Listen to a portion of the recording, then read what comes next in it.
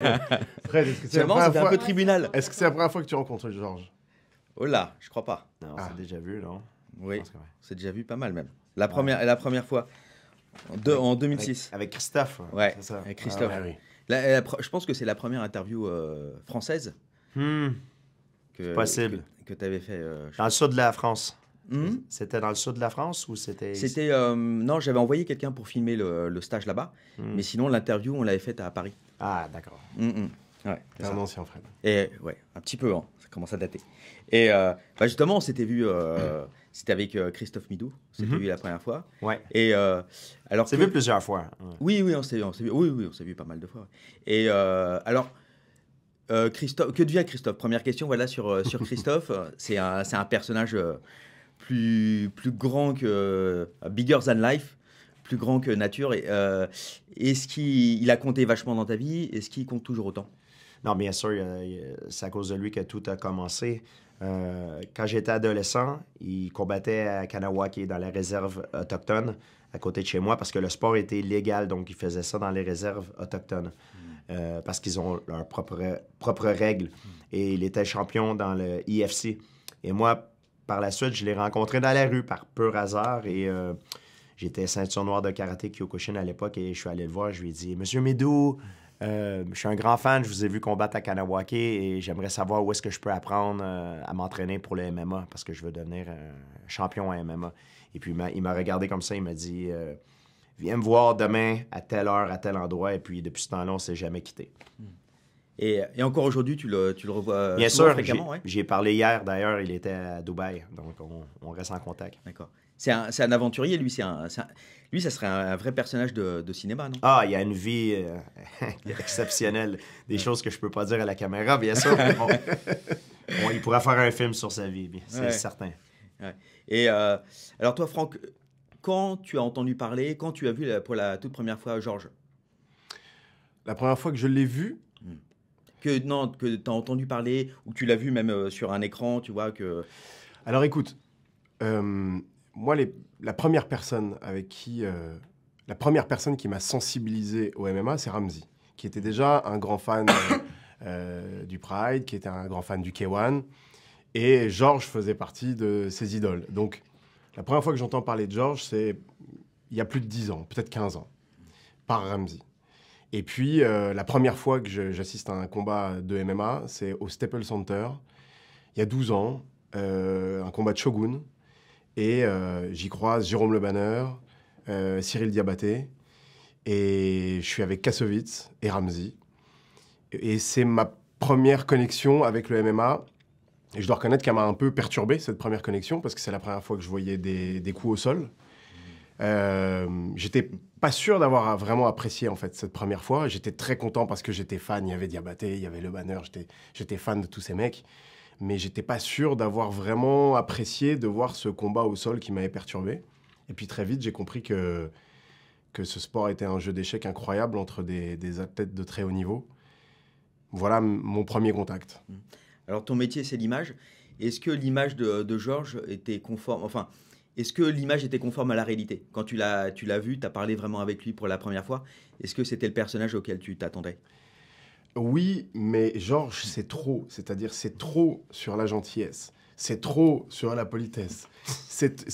Là, quand il est venu, il y a des bouteilles d'eau, parce qu'on fait... Il a demandé s'il avait le droit de boire l'eau qui est mise pour lui. Ouais. Donc, c'est incroyable. C'est pour ça que c'est le meilleur ambassadeur de tous les temps pour ce sport. C'est parce que j'étais pas certain qu'elle était mise pour moi. Mais je m'en doutais, mais je voulais pas offusquer personne. Par politesse, bien sûr. Non, c'est l'ambassadeur de rêve pour ce sport. C'est-à-dire qu'un mec qui est aussi gentil, aussi poli, sur un tournage qui est rigoureux, qui est à l'heure, qui est gentil avec tout le monde, qui a pris son texte, qui a envie de bien faire et qui en même temps est un des mecs les plus dangereux du monde à main nue, c'est un exemple pour la terre entière sur le...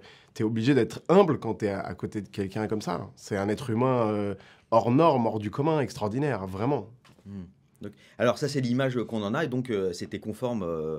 le vrai Georges, il est conforme à ce qu'on peut voir Mais il est à ce qu'on peut voir en pire. C'est-à-dire que tu... Ah oui. Ah non, c'est un arrogant, un salaud. Non, mais c'est-à-dire que Georges, quand il m'appelle, il s'excuse de me déranger. Alors que moi, je dis, ah, Georges Saint-Pierre qui m'appelle, les gars. Et il me dit, je suis désolé de t'avoir dérangé. C'est incroyable. Tout est... Bon, c'est sincèrement un être humain hors du commun. Et alors, comment on dirige quelqu'un qui joue son propre rôle?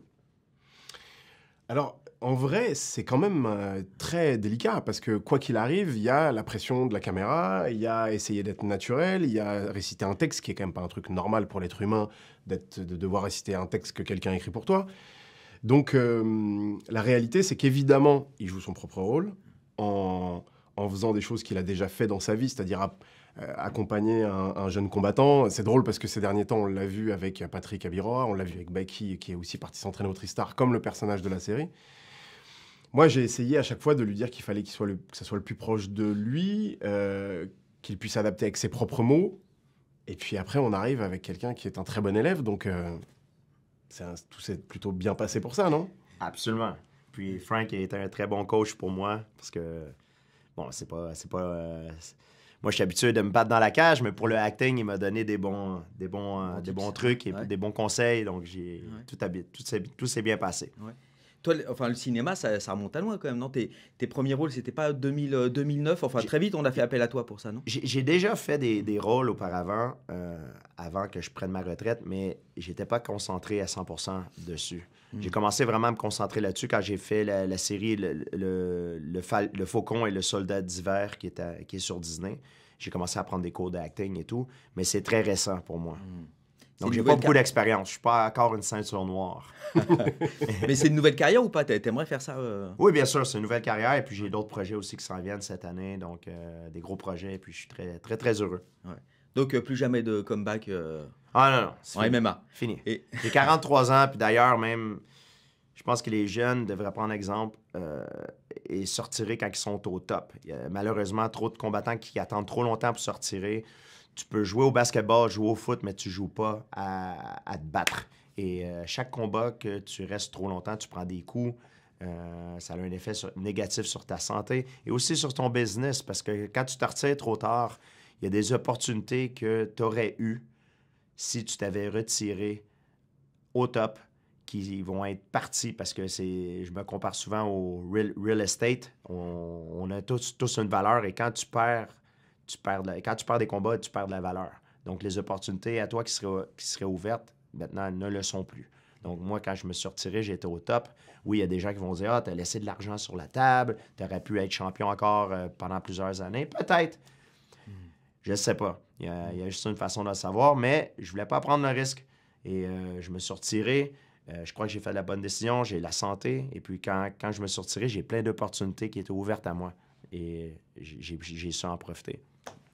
Surtout que tu as fait un des meilleurs comebacks de tous les temps. Tu as pris une ceinture dans la KT du dessus. Enfin, tu avais fait un retour. Je pense que tu t'es retiré après au meilleur moment, en fait. Ouais. Oui, je me suis retiré après. C'était planifié tout ça? Pardon? C'était planifié? Tu t'étais dit... C'était pas planifié, non. Ouais. C'est que je combattais Michael Bisping et c'était dans une catégorie de poids plus pesante. Et je m'avais forcé à faire une diète spéciale, à essayer de prendre du poids, puis je suis tombé malade. J'ai été diagnostiqué avec une colite ulcéreuse et j'ai été très malade pendant plusieurs semaines. Et c'est pour ça que je me suis retiré. J'aurais pu garder la ceinture pendant plus d'un an. Pendant un an, me pavaner avec la ceinture, prendre les sponsors et avoir tous les honneurs, être champion.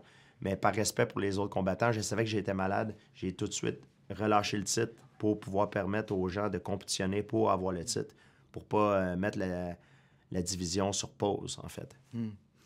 Quand Franck fait appel à toi donc, pour cette série, et donc on a parlé tout à l'heure déjà de la façon dont on incarne son propre personnage, quand tu as vu donc l'écriture, le rôle, vous avez parlé de tout ça, qu'est-ce que tu as pensé? Il y a des choses que tu as voulu changer? Comment ça s'est passé l'interaction? J'ai été très heureux d'y participer parce que c'était la première série sur les MMA, puis je voulais que ça représente bien ce que les combattants vivent à chaque jour. Je voulais que ça soit bien fait, puis je ne pouvais pas demander mieux parce que c'était Frank qui la produisait. Et je sais que quand Frank met son cœur dans quelque chose, ça réussit.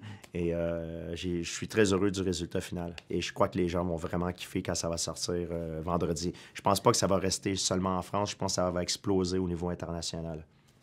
Mais alors, votre première rencontre, elle remonte à quand? Votre toute première rencontre? Lui, il s'en rappelle pas, mais c'est sur un plateau télé. Ah ouais. À TPMP, chez Cyril Hanouna, il y a quelques années. Ah! Et je sais qu'il va être invité, et je dis à Cyril, invite-moi aussi. Et on est avec Malik Bentala, et ma première photo avec Georges date d'une émission télé où j'appelle pour être invité parce que je veux rencontrer Georges. Voilà. Je me souviens, il m'avait fait frapper sur un truc. Ouais. Et j'ai manqué mon coup la première fois. Hey, un truc de fou. Oh là là. J'étais blessé à un coude où j'ai fait avec ma mauvaise main. Puis j'ai C'était un truc assez rigolo. Notre première rencontre, elle est bien avant que j'ai l'idée de faire cette série, en fait. Et puis ensuite, la connexion se fait de mon côté via Antoine Simon, qui appelle Abdel The Blade, qui est le partenaire d'entraînement de Georges, et qui nous dit, bon, on essaye de choper Georges à la fin d'un entraînement, on se fait un appel en visio, et après, Franck, à toi de jouer pour essayer de le convaincre. Et Abdel, c'était mon partenaire d'entraînement, mon partenaire de sparring quand je me préparais pour mon combat contre Michael Bisping. C'est aussi un bon ami à moi, un ami personnel. Qui joue son propre rôle dans la série. Exact. D'accord. Alors, tous les deux, vous avez... comment on gère la célébrité? C'est intéressant parce que du côté du cinéma, du côté du sport, quand on commence à devenir célèbre, comment on gère ça? Parce que tout change forcément dans sa vie. Les gens, vous n'avez plus le même rapport avec les gens. À quel moment vous êtes dit « Ah, ça y est, je suis célèbre » et qu'est-ce que ça a transformé dans votre vie? Ben pour moi, il y a des bons côtés, il y a des mauvais côtés. Et les mauvais côtés, c'est que tu essaies de cacher ta vie privée. Tu veux pas que ta vie privée, il faut qu'elle reste privée. Ta famille, tout ça, j'essaie de garder ça privé. Puis des fois, c'est difficile parce qu'il y a des gens qui essaient de s'introduire. Par contre, il y a beaucoup plus de bons côtés. Les bons côtés, tu as tous les avantages de certaines choses que la plupart des gens normaux, des fois, ils n'ont pas. Tu vas à un restaurant, il n'y a plus de place, c'est Georges Saint-Pierre, parfait. Maintenant, il y a une place qui apparaît. Tu vois, il y a des trucs comme ça que ça fait plaisir. Pour le business, c'est bon aussi. Tu fais de l'argent à cause de ton nom. Donc, moi, je me considère très, très chanceux. Et c'est pour ça que quand les gens m'interrompent pour prendre des photos, pour moi, mon travail ne s'arrête pas seulement à jouer dans une série ou me combattre dans la cage. Mon travail, c'est dans la vie de tous les jours parce que je le dois à mes fans par respect, de prendre du temps pour prendre une photo ou serrer la main ou échanger quelques mots avec eux. Ouais. Et toi, Franck, la célébrité? Écoute, je rejoins Georges sur le fait qu'il y a évidemment des bons et des mauvais côtés, qu'il y a évidemment plus de bons côtés, et puis surtout, on les a quand même un peu cherchés. On l'a cherché, cette notoriété, donc il ne faut pas maintenant la regretter. Vraiment ou pas? C'était un de vos moteurs principaux à vous deux? Moi, ma motivation première, tout d'abord, c'était d'être le meilleur. Je voulais être champion en MMA. Mais ça venait avec la popularité. Ça fait partie du package. Ouais, et puis, il faut accepter cette règle auquel je me suis fait depuis longtemps. Exposer son travail, c'est s'exposer aux critiques, et c'est s'exposer à ce que certains t'aiment et d'autres ne t'aiment pas, même si tu n'as rien fait pour qu'on ne t'aime pas. Le fait de t'exposer génère qu'on t'invente des légendes, qu'on décide qu'en fait, tu n'es pas légitime, on décide que tu génères des jalousies qui se transforment en des frustrations, qui parfois se transforment en haine, qui sont en général uniquement digitales, c'est-à-dire que dans la vraie vie, je ne reçois que de l'amour. Et puis après, ce qui est juste un peu perturbant, c'est de te rendre compte que quand tu fais une série comme La Cage, qui est promotionnée un peu partout dans le monde, tu te rends compte que nous avons, en France, un problème un peu plus compliqué avec la réussite et les gens qui font des choses. Pour simple exemple, quand John, quand Georges, quand les Américains diffusent la bande-annonce de La Cage, ça génère moins de mauvais commentaires que chez nous en France. Voilà, on est comme ça, j'accepte cette règle. C'est le propre des gens qui font des choses d'être critiqués. J'ai pas prévu d'arrêter de faire des choses. Attends, juste une dernière, s'il te plaît. Une petite dernière. Je voulais savoir, est-ce qu'il y a une scène qui a posé problème ou qui était intéressante, qui était une scène à filmer qui était plus difficile ou qui est remarquable, qui est notable, une scène avec Georges. Je peux te répondre. Ah oui. Une scène que j'ai fait ajouter à la série et j'ai demandé la permission à Frank parce que pour moi, c'était authentique. C'est une scène que je parle au personnage et puis je lui dis, parce que je l'entraîne, et puis je lui dis merci de m'avoir donné l'opportunité de participer à ça. Et en fait, je le dis pas au personnage, je le dis à Frank. Et pour moi, c'était important de le faire. Et Frank a accepté, et puis ça a très bien passé. C'est un moment... merci beaucoup, Georges. C'est un moment où, effectivement, le personnage a fini d'être entraîné par Georges, Georges a fini d'être le mentor de ce personnage, et Georges trouvait beau, effectivement, de faire ce clin d'œil où il revivait un camp d'entraînement, et il y a ce moment où Georges, qui joue son propre rôle, dit « Merci à toi, ça m'avait manqué tout ça ». Et pour nous aussi, c'était très beau de voir Georges se remettre à l'entraînement, se repréparer à une compétition. Et toute l'équipe s'était posé la question de se dire, ça se trouve, Georges, c'est en train de lui manquer tout ça, ça doit lui rappeler plein de souvenirs. Et c'est un joli moment. Je dis merci au personnage, l'acteur principal, mais en fait, je l'ai dit à Frank. Merci à tous les deux, en tout cas. Merci, Fred.